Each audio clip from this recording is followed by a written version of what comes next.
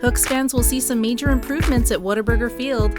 The City Council approved an amendment to the lease agreement with Corpus Christi Baseball Club LP to make $340,000 worth of improvements to Whataburger Field. The improvements will help the stadium meet Major League Baseball standards. Drivers will experience more organized traffic routes during community events. The council approved a 3-year service agreement for $200,000 to provide traffic control services for the Public Works Department. These services will offer traffic control plans for special events. The Mary Rhodes Pipeline will receive some improvements. The City Council approved a service agreement to replace 13 gates along the Mary Rhodes Pipeline easements where water travels from Lake Texana to the Owen Stevens Water Treatment Plant. These gates will offer security and safety.